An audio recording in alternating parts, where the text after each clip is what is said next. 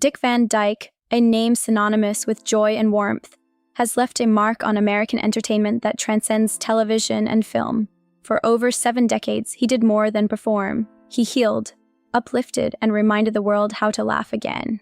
With a sparkle in his eyes and a spring in his step, Van Dyke became the joyful heartbeat of Hollywood's golden era. His presence felt like home, his smile a promise of safety, and his voice a gentle comfort. Millions grew up with his laughter echoing in their living rooms, an emblem of hope in turbulent times. Childhood shadows. Born in 1925 in Danville, Illinois, Dick Van Dyke entered a world recovering from the First World War and soon gripped by the Great Depression. His early years were marked not by joy but by absence. His father, a traveling salesman, was rarely home, and his mother, a hard-working stenographer, carried the family through long hours of labor. Behind closed doors, silence prevailed, not the peace of contentment, but the emptiness of emotional scarcity. For a young boy, this silence shaped his inner world, teaching him to hide his pain, make others laugh, and use joy as a shield against loneliness. Finding solace in performance. At school, Van Dyke discovered moments of refuge in choir and drama club, where he found a sense of identity beyond his shy, quiet home life. The stage offered an outlet for his emotions and a chance to connect with others, a way to fill the emptiness he carried. For a time, he even considered becoming a minister, drawn to the idea of offering others the compassion he longed for himself.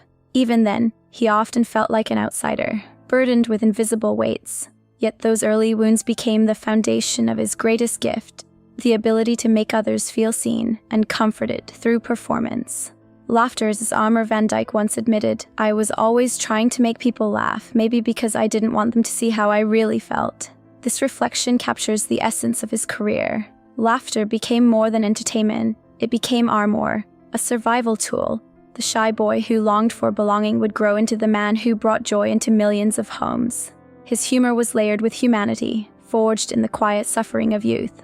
The connection he sought as a child shaped his approach to comedy.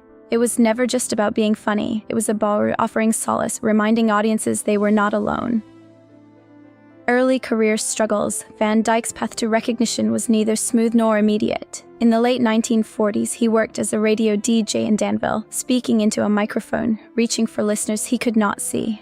Later, he formed a mime comedy duo called Eric and Van, performing across dusty nightclub circuits with minimal recognition. The spotlight he sought remained elusive, and even his attempts to enlist in the Korean War as a pilot were rejected due to his underweight frame.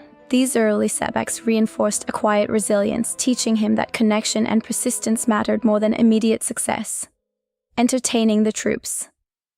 Eventually, Van Dyke found a role behind the microphone, serving as a radio announcer and later entertaining troops in the Special Services Unit.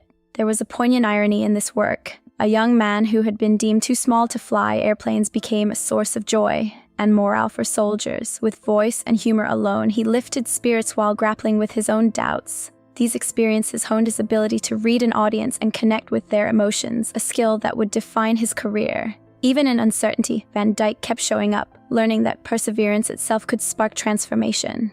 Television beginnings. After the war, Van Dyke drifted through local television shows in Atlanta and New Orleans, improvising segments with little recognition or pay. The years were ones of grinding anonymity, where performance felt like shouting into a void. Yet he persisted, driven by a quiet hope that his life could be different. The shy boy who danced alone in his bedroom nurtured a vision of touching the world with his craft. This period of struggle became the hidden heroism of his early career, teaching lessons in resilience, humility, and the importance of showing up even when rewards seemed distant. Broadway breakthrough. Van Dyke's breakthrough came in 1960 at age 35 with his performance as Albert Peterson in Bye Bye Birdie on Broadway. Winning a Tony Award, he emerged into the national spotlight. Recognition not only for talent, but for years of persistence, rejection, and quiet preparation. This success marked a turning point. He was no longer a hopeful dreamer in obscurity, but a performer validated by his peers. Broadway was a testing ground where the shy boy transformed into a man capable of channeling charm, vulnerability, and emotional depth into his craft, setting the stage for his legendary television career. Television stardom. In 1961, The Dick Van Dyke Show premiered, redefining American comedy. As Rob Petrie, Van Dyke brought warmth, wit, and humanity into living rooms across the country. The show arrived in a fractured America, still grappling with post-war anxieties, and offered families laughter that felt authentic. Yet, behind the humor, Van Dyke battled private insecurities and struggles with perfectionism and alcohol. The public adored his charm, but privately, he carried the weight of expectation and self-doubt. Even as fame rose, he remained deeply human, proving that authenticity and vulnerability could coexist with humor and success. Film triumphs 1964 brought Van Dyke's iconic role as Bert in Disney's Mary Poppins, where his energy, optimism, and effortless joy captured the hearts of children and parents alike. That same year, he starred in Chitty Chitty Bang Bang, further solidifying his reputation as a family-friendly icon. To audiences, he was unstoppable, a beacon of happiness and comfort. Yet behind the scenes, he struggled with the pressure to meet Hollywood's high standards. Fearing exposure as inadequate, his performances became a blend of mastery and vulnerability, a reflection of the man who had learned to hide sorrow behind a smile. The struggle for range. Despite his fame, Van Dyke confronted challenges in Hollywood. Critics often typecast him for his charm and physical comedy, overlooking his dramatic potential. In the 1970s, he sought more complex roles in films like The Comic and Cold Turkey, hoping to expand his artistic range. Instead, he encountered indifference and creative frustration. These years became a forgotten chapter in his career when his desire to be seen as more than a comedic performer met the limitations of studio expectations. Yet even during these trials, his commitment to authenticity and growth remained unwavering. Late career renaissance. Van Dyke experienced a late career renaissance in the 1990s with Diagnosis, Murder. Playing Dr. Max Sloan, at 65, he introduced himself to a new generation, demonstrating longevity, relevance, and charm that transcended age. The show ran for 8 seasons, affirming that Van Dyke's talents were timeless. Critics and audiences alike celebrated his work, recognizing the depth beneath his cheerful exterior. Off-screen, colleagues praised his humility and generosity, noting how he lifted spirits behind the camera as effortlessly as on it. His legacy became not only professional but profoundly human, inspiring kindness and joy in others. The measure of greatness. Dick Van Dyke's greatness lies not only in his accomplishments but in the way he made people feel. In an industry often defined by superficiality, his sincerity stood apart.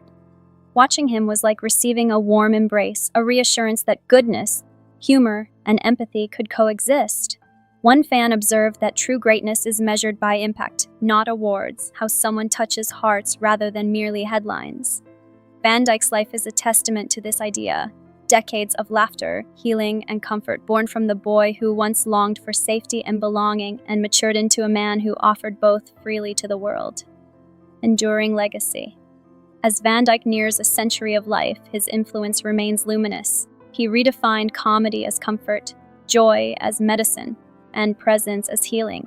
His journey from a lonely, shy child to a household name illustrates resilience, hope, and the power of human connection.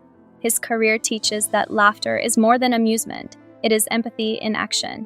Even now, the echoes of his impact ripple through generations in every smile he inspired, every story he touched. He never truly faded, he lifted. His legacy is not recorded merely in awards or credits, but in the hearts of those who continue to laugh because of him.